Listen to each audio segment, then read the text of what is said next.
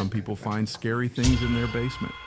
And in this video, you will hear two stories where this did not end well. Starting with, I found a flash drive in my basement. The frigid November air coming in through the window contrasted sharply with the humid heat beneath my mask, caused by my rapid, uneven breathing. My hands fiddled with a button on my coat sleeve, while my leg made a rhythmic sound as it rose and fell from the floor to the table above it. I relapsed into these movements every time my mind returned to my purpose of entering the small sheriff's station. It was as if all the moisture in my body was concentrated around my mouth. I only brought one mask, which didn't last long. It was one of those cheap boxes with 40 of them stacked in perfect rectangular mounds and wrapped in plastic. I had just committed to the idea of removing my mask to allow more air into my lungs when the sheriff entered the office. "Good afternoon, Mr. Schreider," the sheriff said, between lethargic sips of coffee. I said a distant and tired hi. "My deputy gave me your written statement and a summary of the conversation you had just now. Now, is there anything I can get for you, like a Coke or a water?" "No," I said, reminding myself that I hadn't seen a refrigerator anywhere when I walked in and was directed to one of the two offices the building had somehow managed to accommodate.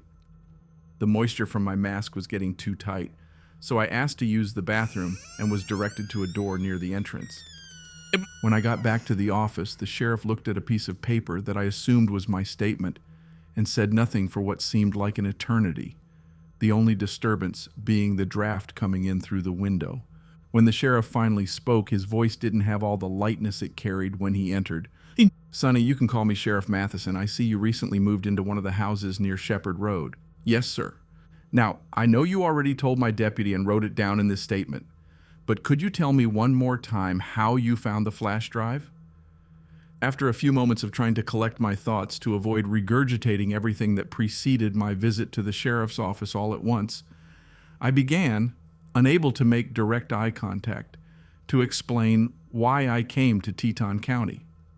I hadn't gotten a stable job yet, but I did a lot of freelance photography for some private companies. These short-lived shows took me to the small town of Choteau. With a population of less than 2,000 and surrounded by wilderness and rivers, I didn't expect to stay long, just to take some photos of some water and any wildlife that came my way. I rented the cheapest house I could find, which had been on the market for about 3 years. Given how difficult the real estate market has been due to COVID, I was surprised I hadn't found any buyers. Without thinking twice, I decided to buy it and flew out to move 4 weeks later. The house I rented was modest, located near a river and a wheat field, more than 2 kilometers away. At first glance, you would think an elderly couple lived there. The bright yellow panels led to overflowing gutters and a roof in desperate need of repair. Next to the steps leading to the front door, a wheelchair ramp started near the bottom, swerved to the left, and then turned to the right to connect with the platform at the top of the stairs, directly in front of the door. Mountain bikes, overgrown with weeds and rust, littered the sides of the house. The recent storm caused rust to stain the surrounding area a reddish-brown hue. Everything except the heat pump suggested a silent, ongoing battle against climate and vegetation, slow but persistent. The inside wasn't much more attractive than the outside. Although the outside of the house was in disarray, the inside was completely empty. It appeared that the previous owners had taken every precaution to leave no trace of themselves. This was intriguing because the lawn was filled with bicycles and other items you would expect a family to take with them or donate. On Zillow, the house was listed as 50 years old, but the wallpaper looked new, the wood floors were free of scratches, and even the baseboards looked recently replaced. There was no mention of accidents, water damage, boiler explosions, termites, or anything else that might require renovation. If they had done some renovation work on the interior, they would certainly have addressed the exterior as well. There was no furniture, and the kitchen had only the cheapest standard appliances. As I walked, I noticed that the floorboards didn't make any noise. I walked through the rest of the house before deciding to investigate the basement. Perhaps there were new pipes somewhere that suggested damage that required repair.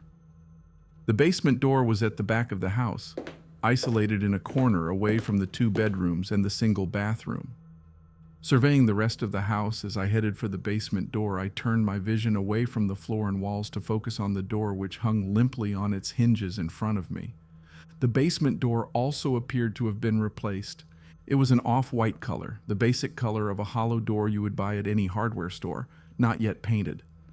The door emitted a deep, reverberating groan that could easily be mistaken for an animal's cry.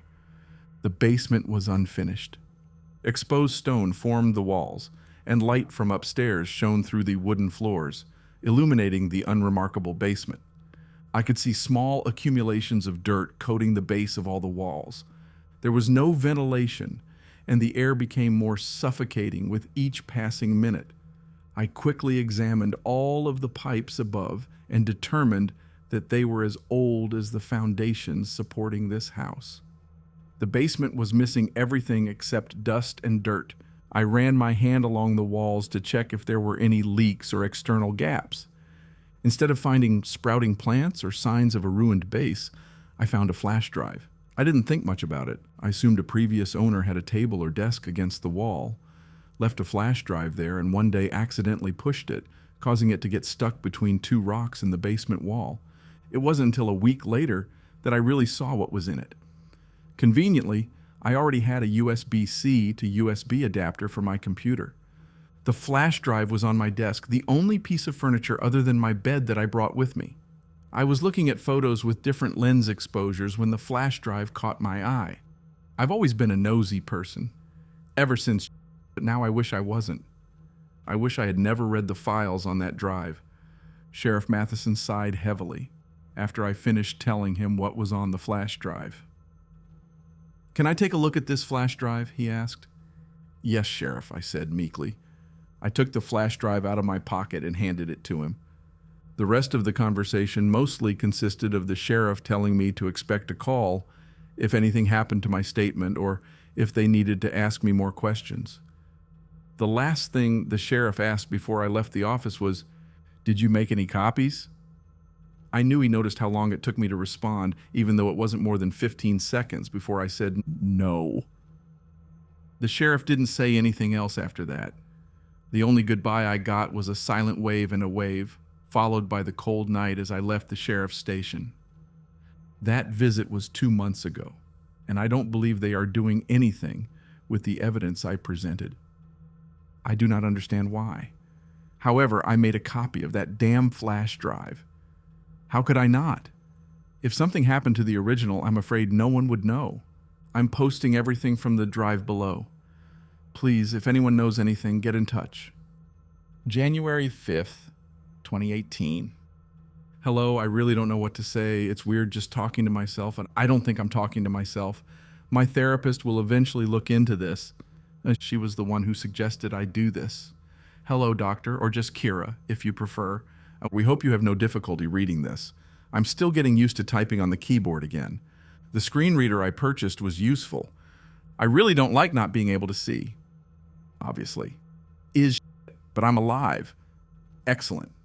In addition to improving my Braille reading and having my father organize my things for when I take care of the dog, nothing has really changed. I still miss Zach. January 8th, 2018. Hello? I have acquired the power of comma, along with other punctuation marks, of course. I'm still not sure how long I should make these entries. Kira said I should monitor my feelings and use that to overcome my pain. I'm not sure how exactly I'll do this yet, but I'll also write down what happens each day. I don't really have anyone else to talk to right now. After the car accident, I pretty much pushed everyone away. The only people who are still around are my ex-boyfriend Tyler and my dad. Tyler doesn't tell me what's going on in his life anymore. I think he moved on. It's been over a year since I lost my vision. I don't blame him, but he still comes and checks on me.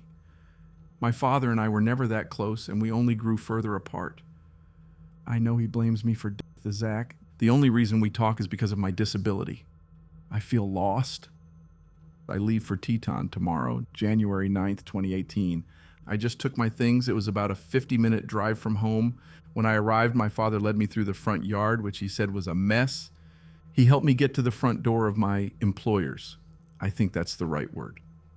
I scanned the wall with my hand until I reached the doorbell and pressed it. After a moment, an elderly woman answered. I could tell she was older by the deep, broken quality of her voice, which carried the weight of years of smoking but remained feminine. "Hello, you must be Thaya," she said. She was very nice. After our introductions, she helped carry some of my bags and guided me to my room. The house had a mix of smells. In some places, it was rich with rose scent, while in others, it smelled like Home Depot. After showing me my room, she took me on a tour of the house. The walls were smooth, and she made sure I knew the way. To the front door, the kitchen where the dog food was, and my bedroom, which was directly across from the bathroom. After about 30 minutes, she introduced me to her dog, Scooter. She said he is an Australian cattle dog, but he is older and doesn't move much anymore. I don't have to worry about taking him for a walk as he uses a dog door to go to the field to do his business. If he takes more than an hour to come back, don't worry, shaking your treat container will bring it back. And there are no animals in the area that could mess with it. Natalia, the old woman, showed me how to feed him. It's easy. He gets a cup and a half of food twice a day, and the spoon is exactly that size. She left some food in the fridge for me. Before leaving, she mentioned that Scooter is a certified service dog, so he will keep an eye on me more than I need him to. The rest of the day passed quickly. My dad made a joke about me finally becoming independent and reminded me to call if I needed anything. Tyler plans to deliver some supplies later this week. I fed Scooter an hour ago. Tonight, I plan to fall asleep to an audiobook I'm listening to. January 10th, 2018. I didn't do much today. When my dad found this job for me, I was happy at the idea of having a dog to keep me company. Wrong! Scooter doesn't play, doesn't sit next to me or lick my hand when I feed him, and the best I can do is smell it. I am determined to make you my friend. This is for you, Kira. I've been thinking about Zach a lot.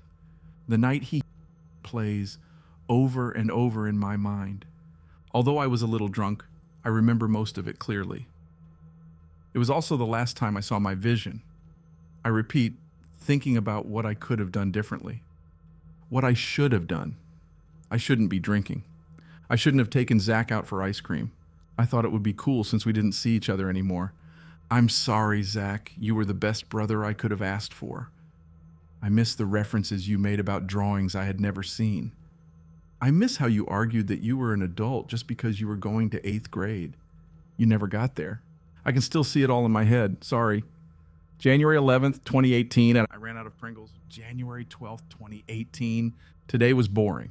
It's easier to move around the house. I don't have to do much. Just feed Scooter and then I'll be free. I've been spending my time listening to my audiobook. I think I'm already halfway through. Improving my Braille reading and eating habits. I've been eating mostly the junk food I brought with me. Natalia never told me exactly what she left in the fridge for me, so I looked around and found some vegetables, a half-gallon of something, and in the freezer, just frozen packets. I tried cooking one of the packages I found in the freezer. It was a thick piece of meat.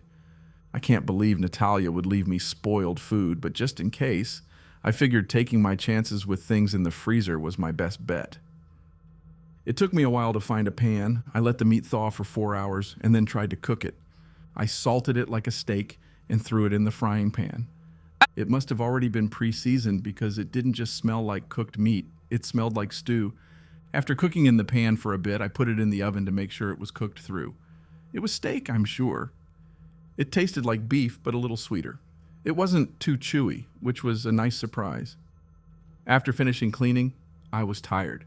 Fortunately, Tyler will come tomorrow. I'm in desperate need of more snacks and for microwave. January 13th, 2018. This may seem strange. Tyler showed up around noon and acted strangely. Yes, we don't talk like we used to, but he's visited me a few times since the accident, and he came and brought the essentials. My portable charger, snacks, and food. He also brought me lemon ice cream. We sat and talked for a while, but I could hear in his voice that something was wrong. So, what was it like taking care of the dog? It's been good, I told him. Tyler sighed and started to clear his throat. He did this whenever his mouth went dry. Thea, are you sure you should do this? Yes, it's been a year. I'm finally back to normal. I tried to say it lightly, but I could feel the agitation rising. The only reason Tyler is still around is because he feels bad. But it's nice to still have someone from my old life around, besides my father. It may be too soon. This place is, I don't know, weird. I was curious. Tyler, how weird is that? I said blankly. Well, it almost looks like they took rooms out of a commercial, got rid of the furniture, and put it in the house. The carpets are new except for the stains that run through the bathroom. The walls are the ugliest orange color I've ever seen. I know you can't see this shit, but your father or whoever hired you didn't tell you what the place was like. Even the couch we're sitting on looks like it was brought in a week ago. And I've been in this house for a few hours. Where is the dog? Well, she wanted to make it easier for me to get around, so yeah, she sorted that one out. And I don't know where the dog is. Pick up the treat jar on the counter and shake it. I was starting to panic. I was worried that the scooter had run away. Tyler shook the jar awkwardly as he walked near the front door. We shouted. Anything. We didn't find the scooter and I was very upset. I called Natalia, but it went straight to voicemail. We waited an hour waiting for Scooter to return, but finally I got a call. Natalia said she was busy shopping, but reluctantly allowed me to speak. I told her that Scooter is gone and it has been at least 3 hours. She told me not to worry because he is old but still likes to get into trouble. He will come back at some point and I should just wait patiently. I couldn't answer anything because she hung up. Nothing else happened that day. Tyler hung around for an hour and then left, and he told me to call him if I needed anything. I'm in my bed now, but I think the scooter is back. I heard her wailing sound.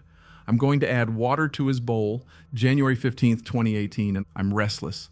I thought Scooter was back, but now I'm not sure. Sometimes I hear noises at the door, and I assume it's the dog, but it could be the house. I thought this place was old, but I think they did some renovations. I don't hear the dog walking, but when I check the bowl a few hours after putting the food in, it is empty. I also hadn't noticed some of the sounds the house makes. I've been listening to audiobooks and reruns of The Big Bang Theory. Even though I can't see what's going on, I can still hear it. I watched this show so many times with Zach before he lost his sight that all I need are the sounds to visualize what's happening. It's been a good distraction, but it's also blinded me to some of the noises the house makes. It's rare that I'm not wearing my headphones, but after getting nervous about Scooter escaping, I tried to keep an eye out for him. It was then that I noticed other noises in the house. There must be pipes running through the ceiling or something, because every now and then I hear a scraping sound somewhere louder. Sometimes it's right above me. I'm also worried that Scooter is making a mess in the house.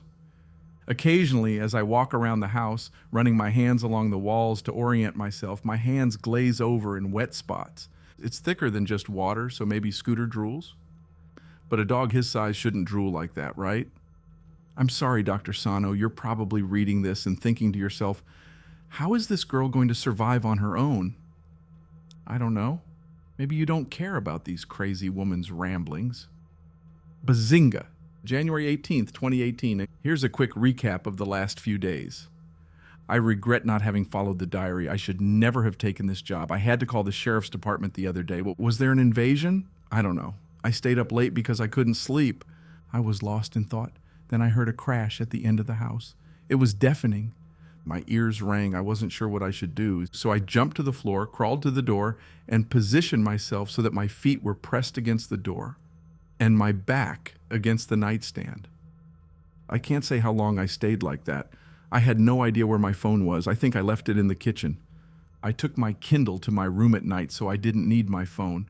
It's also easier to find my bulky Kindle.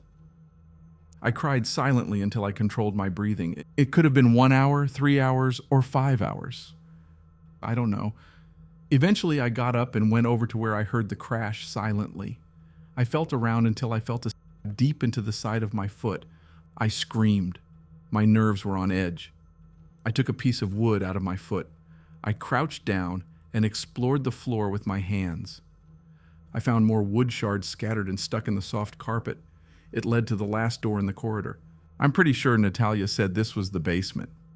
That's where the washer and dryer are. But I shouldn't go down because the stairs were old and could be dangerous for me. I felt around the door, or where it should be. The shards of wood I felt must have been pieces of the door. Something made the door explode. I went to the kitchen and called 911. A sheriff stopped by. Sheriff Matthews, I think. No, that doesn't seem right. It took 30 minutes after the call for him to show up. I stood at the front door the whole time, waiting for someone to walk by. The sheriff came and I told him everything. He told me to sit down while he looked around. He brought one of his representatives with him, and they examined the house. While they were searching the house, I tried to call Natalia, but she didn't answer. I tried my dad next, but he wasn't trustworthy either. When they were finished, the deputy told me that he cleaned up the mess and that they didn't find any intruders. The sheriff's voice spoke and mentioned that he assesses the door fell off its old hinges. I tried to ask him about all the broken wood, but he interrupted me. He told me to try to sleep. I explained that this wasn't my home, that I'm here taking care of a dog and that I'm blind. I know, he said. Who lives here warned me and told me to keep an eye on you. I didn't understand. Natalia never told me that. I didn't know what to do with it. I still do not know. The police officers left and made it clear that I was exaggerating, but how the hell did the door break like that if it just fell off its hinges? I don't understand. This morning I tried calling Tyler and he answered. I told him the situation and asked him to come by and maybe stay a night, but he said he couldn't because he had work. He also said if the sheriff said it's okay, then it's okay. I was so upset. I don't want to go back to my room, and I have to walk to where the door fell. I'm going to sleep on the couch tonight. Besides that, nothing new happened.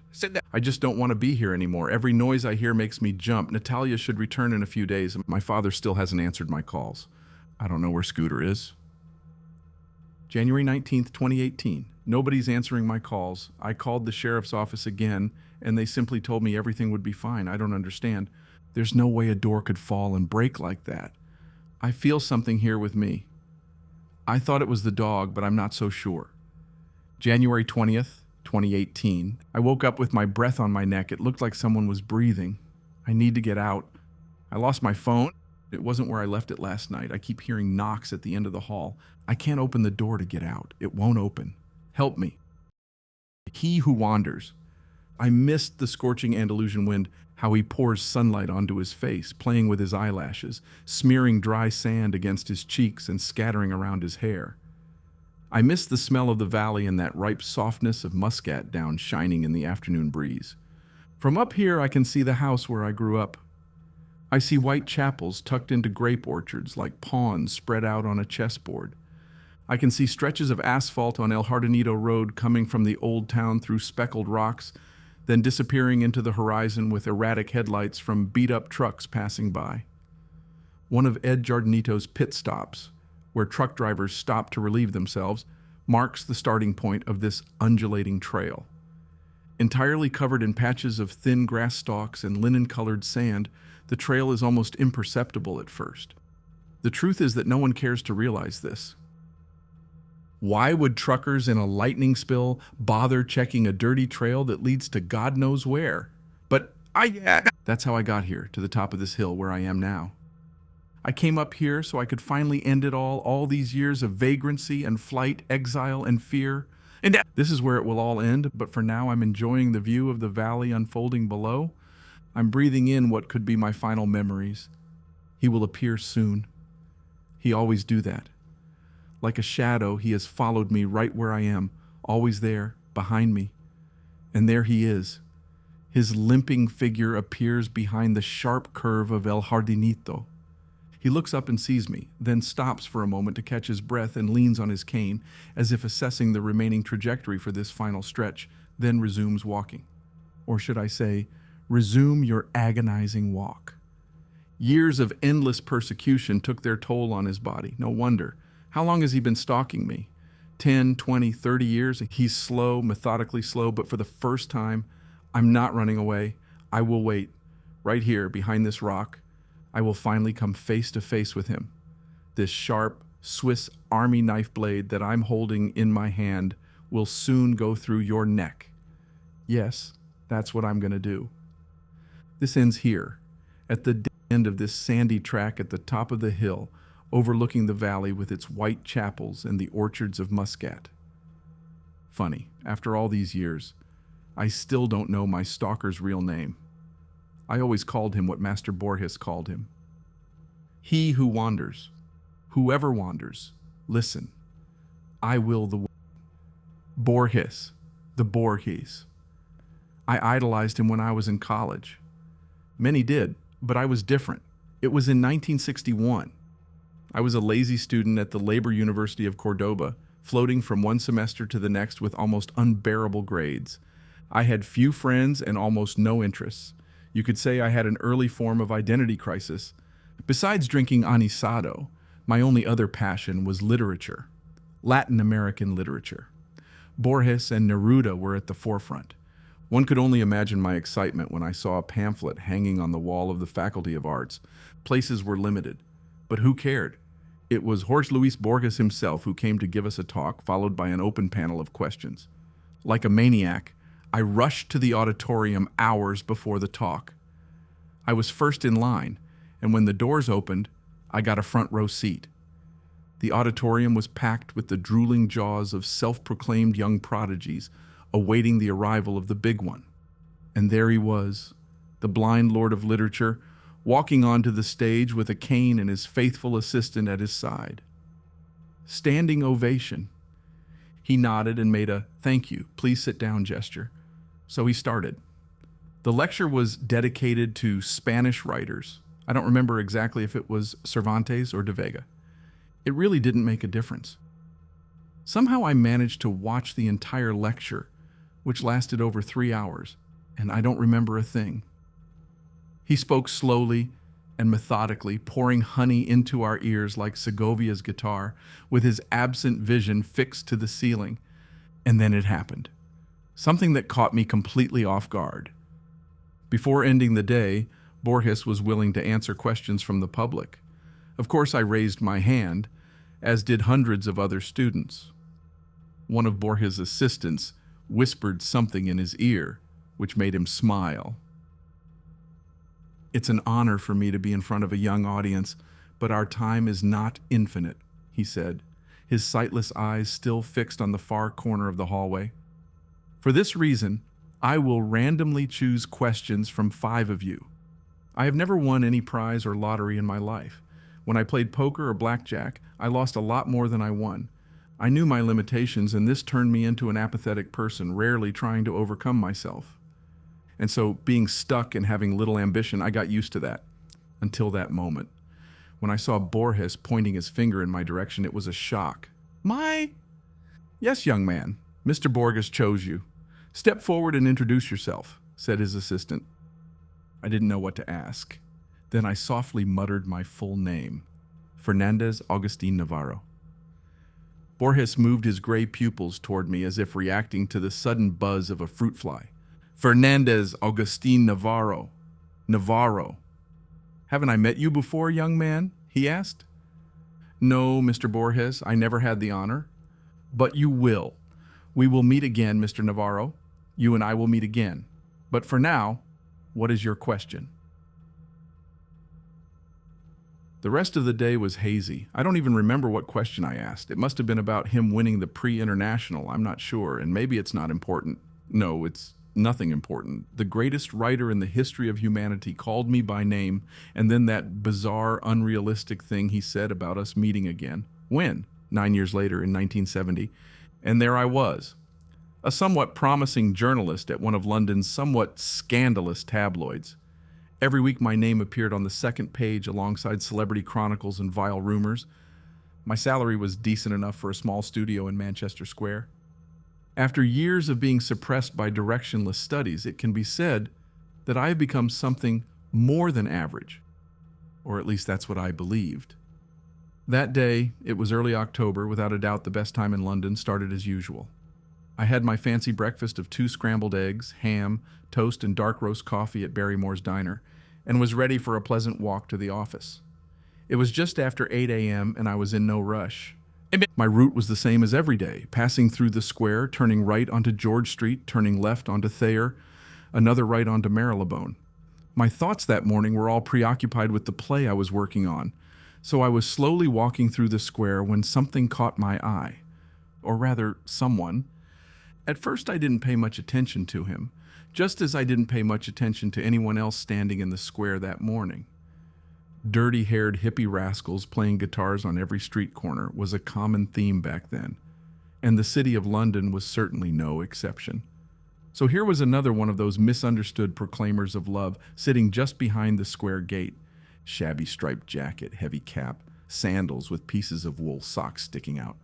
A common hippie bum, as anyone might have thought. And I thought so too, except this one had something that made my intestines churn. I didn't know what it was, but as soon as I saw it, I felt an irresistible urge to instantly leave and never see it again. The way he looked at me, that dark frown that made me think of a quote from Oscar Wilde, "That guy's got a swing." There was certainly something worldly about that guy. His eyes, as if carved from a rock beneath his forehead, mercilessly drilled thousands of tiny holes into me. I added rhythm. As I turned around for the last time, I noticed he was slowly walking towards me. We passed through the square gates, go out into the street without paying attention to the noise of the car tires honking, walking straight towards me. He's just a bum. No, he's not. Just another one of those dirty hippies. No, run, run, run.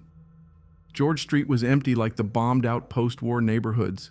I could hear my quick footsteps. Or was it the slamming of my aorta against my chest?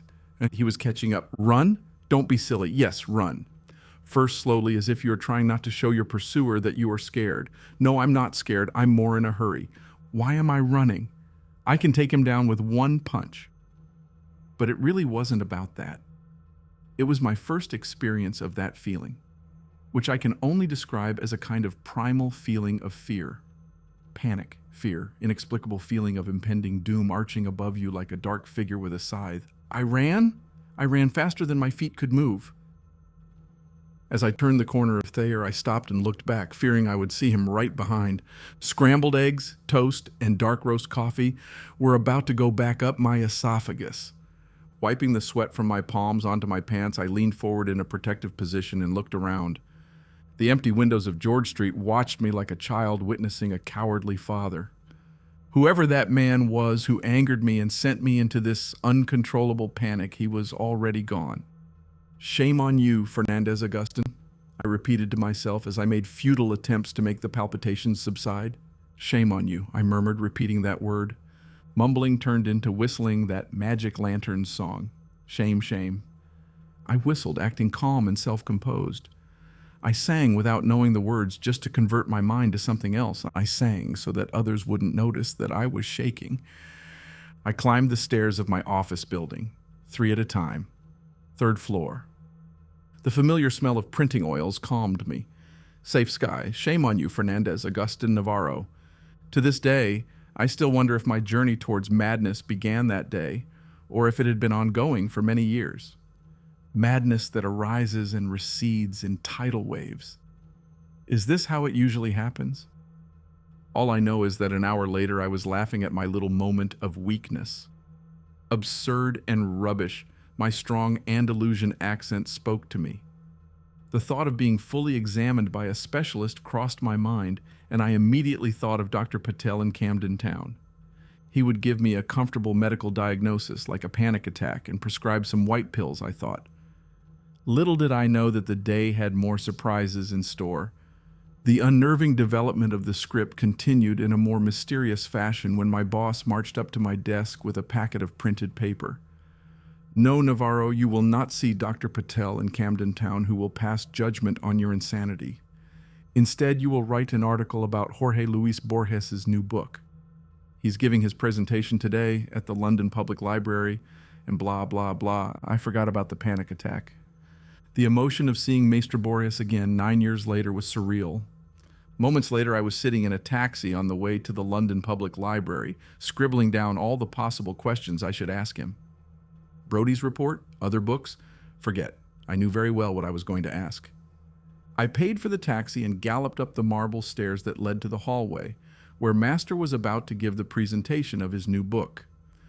I elbowed my way through the crowd of journalists to take the coveted front row seat. Quick inventory check, wallet, bag, along with the ubiquitous Swiss Army knife. The seconds passed slowly on my wristwatch. 4 more minutes. Forget about this morning's sickness. Forget Dr. Collect Yourself, Fernandez Augustin. Navarro, that's your last name, isn't it?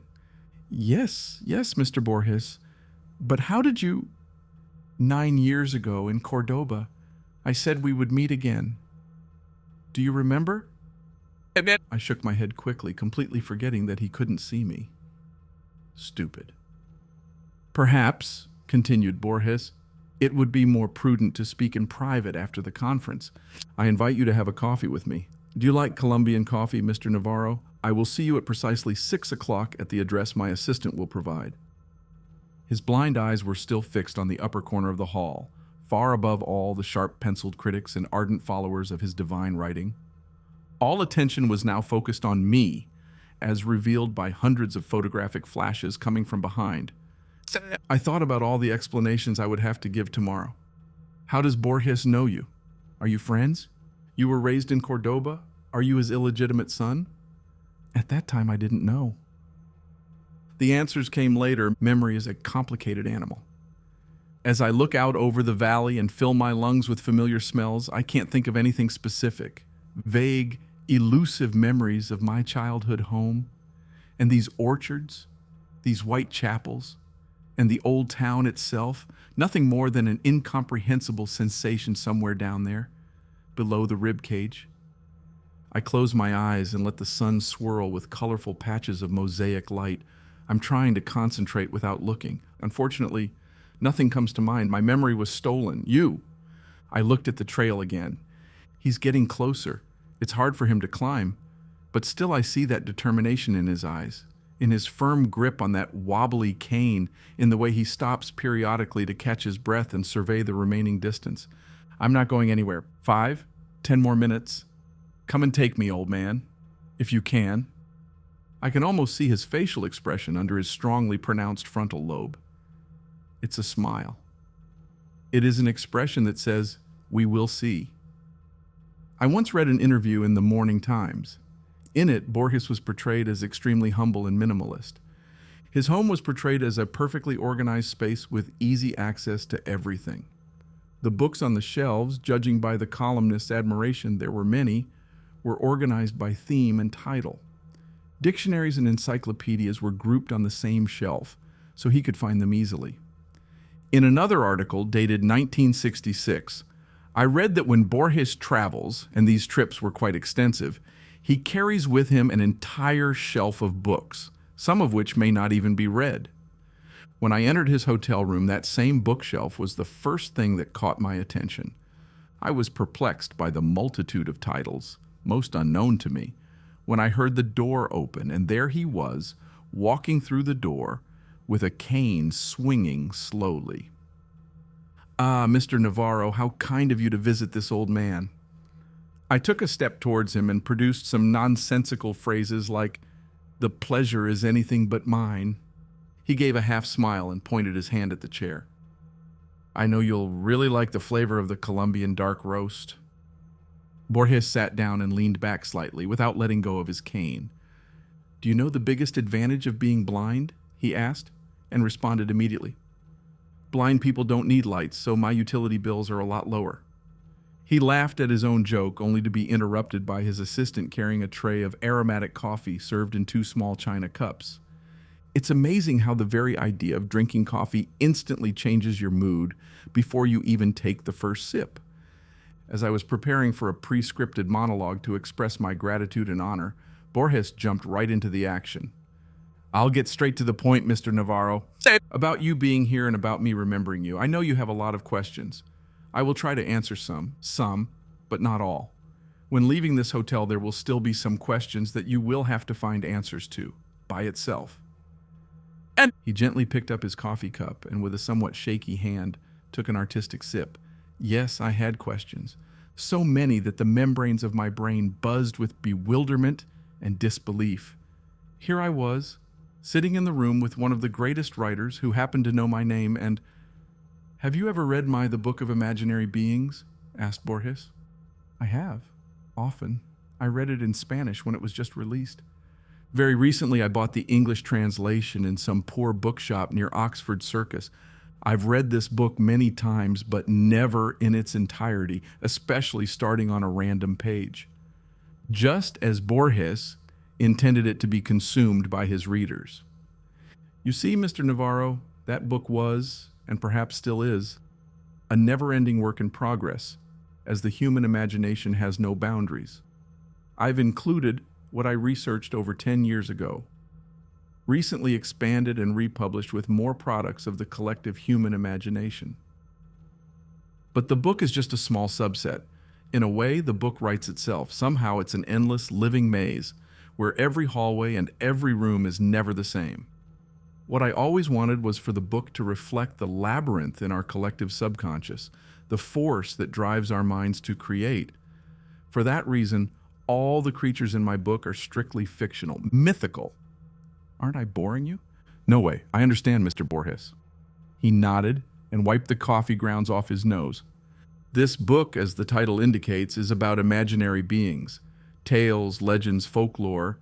But one thing no one knows is that I originally intended this book to include one more being, a being that goes by the Latin name Quietus Est. It has appeared and disappeared in many cultures, sometimes centuries apart. Very little is known about this, but what I discovered was truly surprising. First, this being is not physically different from an ordinary human being. You can say you are human in many ways.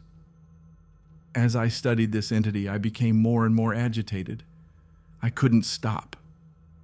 Like a madman, I tried to learn more and more, but soon the excitement turned into another feeling, to fear. Afraid of what, Mr. Borges? Borges' vision shifted from the corner of the room directly to me, as if he could see me perfectly. Fear of what I had discovered. This Quietus Est is not a myth. He tried to take another sip, but his hands started to shake, so he had to put down the cup, spilling some onto the saucer and around the table.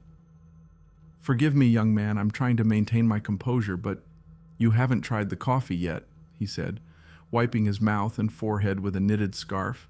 I lifted the small cup and took a sip, ignoring the aromatic vapors of Colombian beans traveling down my inner throat. Forgive me, sir, but you are saying that the imaginary being called Quietus Est was not imaginary. Is that why you decided not to include him in your book of imaginary beings?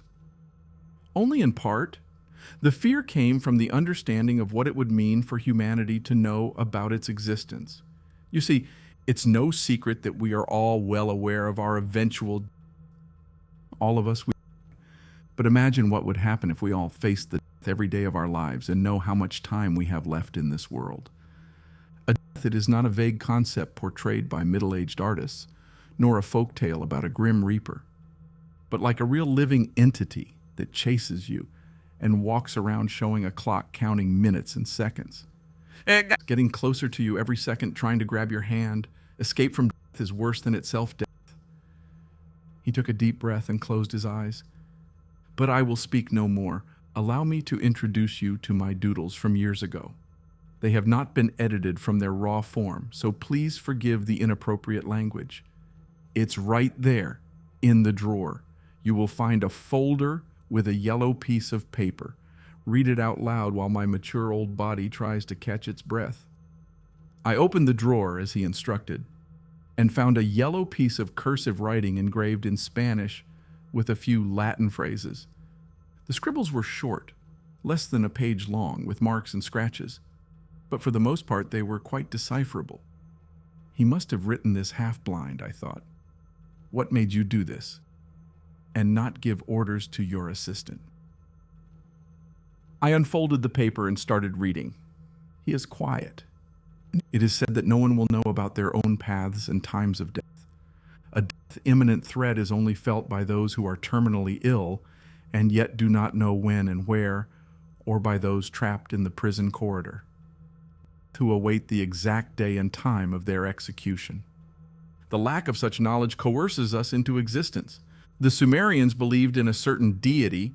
The word deity was crossed out and replaced with demon of the death embodied in human flesh and bones, which was again crossed out and replaced with entity, whose only role was to stalk its victims and inform them of how long they have left to live. According to the ancient Book of Dead, which was discovered as a set of clay tablets, normally buried in corpses, only those who are luminous can see the deity, again crossed out twice, replaced by demon, then entity. It is thought that the luminous are people with high spiritual powers, or vice versa, the cursed, condemned by priests. The reference reappears briefly in some Egyptian manuscripts, but in later writings it is replaced by Anubis, or, in rare occurrences, by Horus. The writings again portray this nameless being as an eternal human being who never sleeps but always wanders. What's strange is that neither the Sumerians nor the Egyptians ever gave the entity a distinct name. However, later, rare discoveries during the Dark Ages refer to it as Quietus Est. The only representation of Quietus Est was that of an ordinary human standing next to a solar clock, which was used to measure the time remaining in the life of the Chosen One. From time to time, Quietus Est chases the Chosen One, and when cornered, advances the hands of the clock to shorten their lifespan. If the Chosen One cannot escape, their time will be up. The last reference was found in Enough, Mr. Navarro. You get the idea. Now let's get to the main question. Why are you here? He approached, and an opaque shadow from a lamp cut across his elongated forehead. Quietus Est is an eternal wanderer who is always with us, the timekeeper who stands on the edge of the stage with a watch on his wrist. The greatest gift given to humanity is the inability to see it. When I lost my sight, I thought blindness was a blessing in disguise. But eyes are not needed to see the wanderer. What the eyes cannot see, the ears can hear, and the skin can feel. I hear you and I feel it. You are here, Mr. Navarro, because you and I are the luminous ones. Borges paused and asked me in a trembling voice, Mr. Navarro, you saw him too, didn't you? Goosebumps that had gathered in my lower back shot up my spinal cord in a million bursts. Nausea formed a huge ball of air in my throat, and for a moment I struggled to breathe. Trying desperately to stop the pounding inside me, I pushed the words out. I saw him today. How do you get used to the notion of being a passerby on this earth? Ordinary humans don't need to get used to it. We have that layer of protection built in, that safety plug in our brain membranes that separates the understanding of being from flooding us. This allows us to breathe air. It allows us to display this extraordinary but sacred carelessness. The mental block that denies the laws of life on a primitive emotional level, even for the most perceptive scholars. The indecipherable tetragrammaton is shown to us in every step we take, in every cup of Colombian coffee we drink, in every word of wisdom we collect from books. Every second we bypass the ominous ticking and hear God's name being whispered in our ears. And yet we humans turn around and hiss, shame, shame, cheating our own self-knowledge. And that, as Mr. Borges said, is the true blessing. Those who bear the name of the divine being are doomed. Knowledge is crazy. Knowledge is non-existence. The knowledge of death is worse than death. We sat in his hotel room until early morning, both luminous and doomed souls. Our casual exchange of words was amplified by the ticking of the clock. It was early in the morning when I noticed Borges shaking his head in his sleep. His left hand was still resting on his cane and his pupils fluttered behind his closed eyelids. Borges was dreaming, so I must have. As I left the hotel lobby, I hid behind the column and looked around the street. It was empty. The shadowy light from the streetlights drew strange beams on the sidewalks. The early October leaves turned in tight circles like witches around the fire. I was looking around, hoping not to see him. He was not there, but he was. I felt his presence not far from me. Muscat orchards. They resonate within like the echoes of a guitar string heard in a deep alcove, but nothing in particular comes to mind. I'm trying to shift focus from one object to another, but my nomadic memory is lost in endless mazes. You took my memories from me, didn't you? Hope, mortal. Wait 5 more minutes and you'll know the answer. I hear it in my brain. He's talking to me now. I can see how the long, steep walk is wearing him down. But what are pain and tiredness when you cross the finish line? As Borges warned me, never go near him. Don't look directly into his eyes. He will always be close by. Your clock will be ticking. If he tries to catch you, run. But he will continue forever. In a way, he will be like a shadow of you. And I ran. And he wandered. I avoided it. He followed. He came very close to me in my hotel room on the second day after my long night in Borges's quarters. The idiot in me still thought escaping him would be as easy as moving to a new apartment or checking into a hotel, so I did exactly that. It was a few minutes away from my work's shabby hotel where I decided to spend a few nights just to think things over. That night, and I remember every minute of it, was my first face-to-face meeting with him. My room, B6, was in the basement. As I stumbled through the dark hotel hallway, trying to find my room key, I felt his presence. But my ignorant foolishness ignored all mental warnings and turned the keys.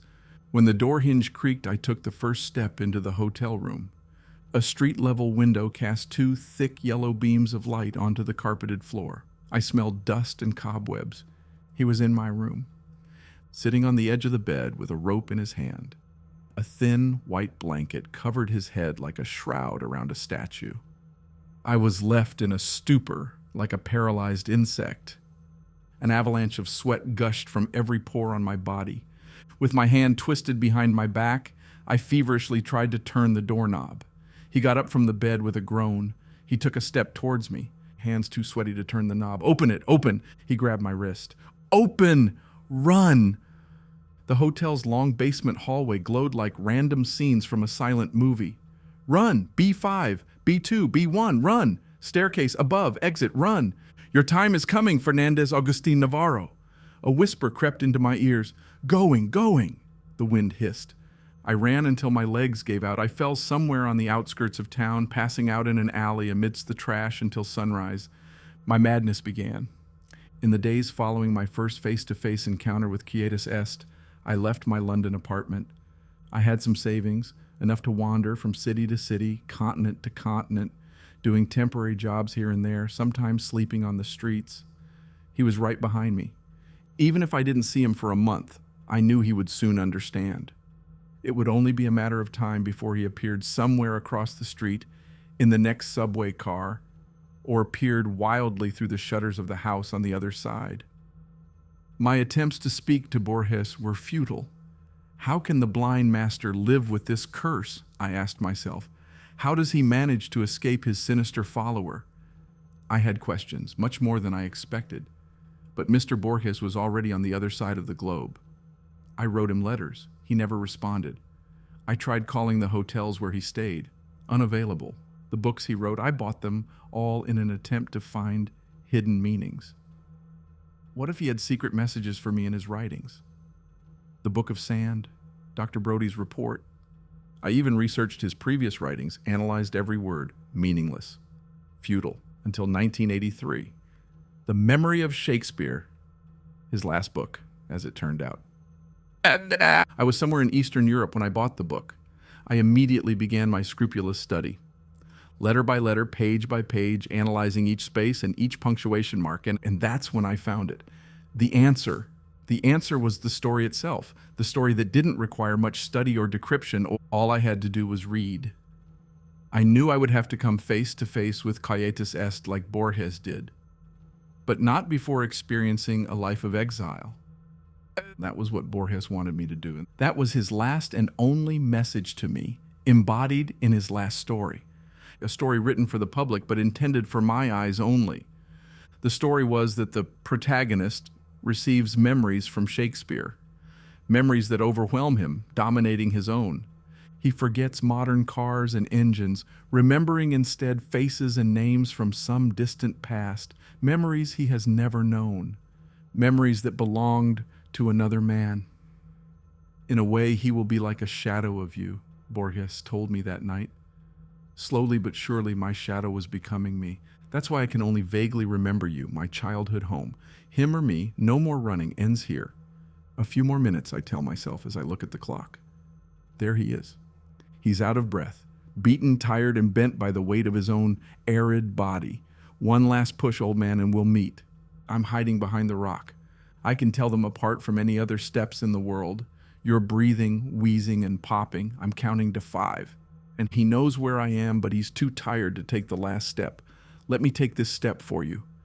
I'm looking at your face, wrinkled like sheets of ancient parchment. Oh, it's over.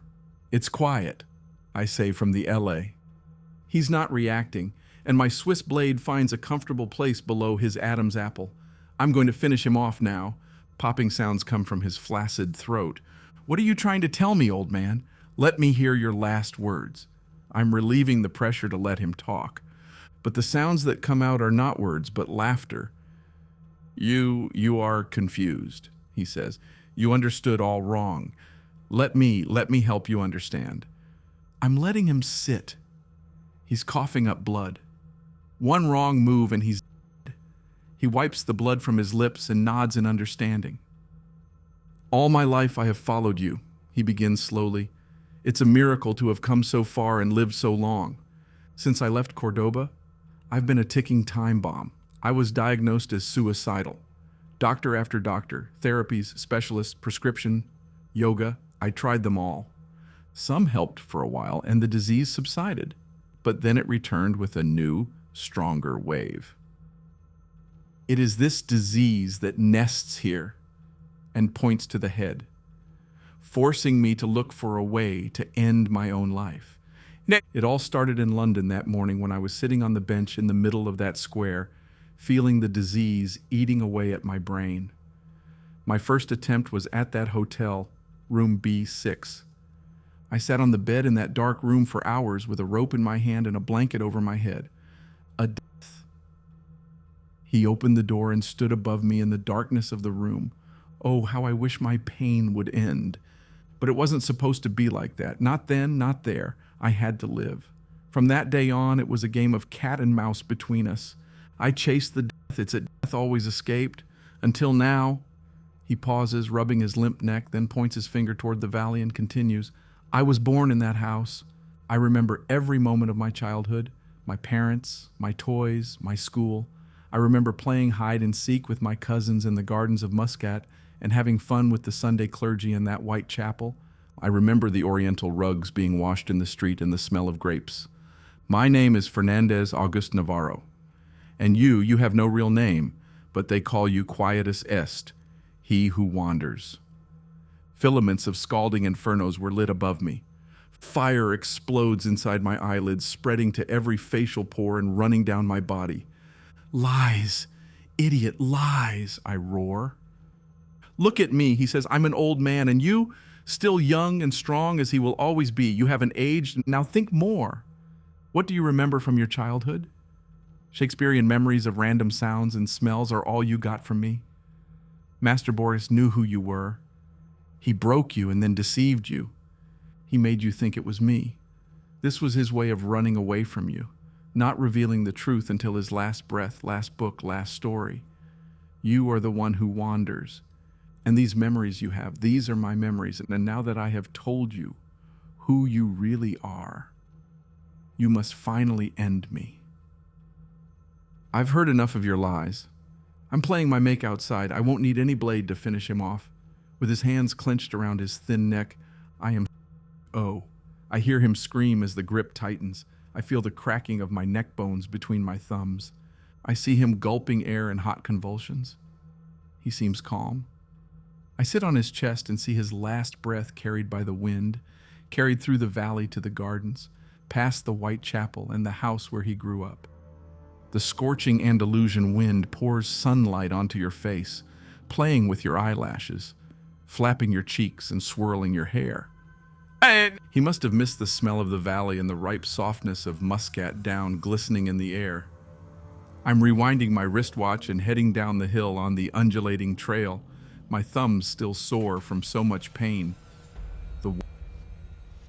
I'm taking a small step to the side. Once I reach El Jardinito Road, I will take the first bus, and from there I will head west. Or north. Destiny will never matter. Anywhere is where the roads take me. I, the one who wanders.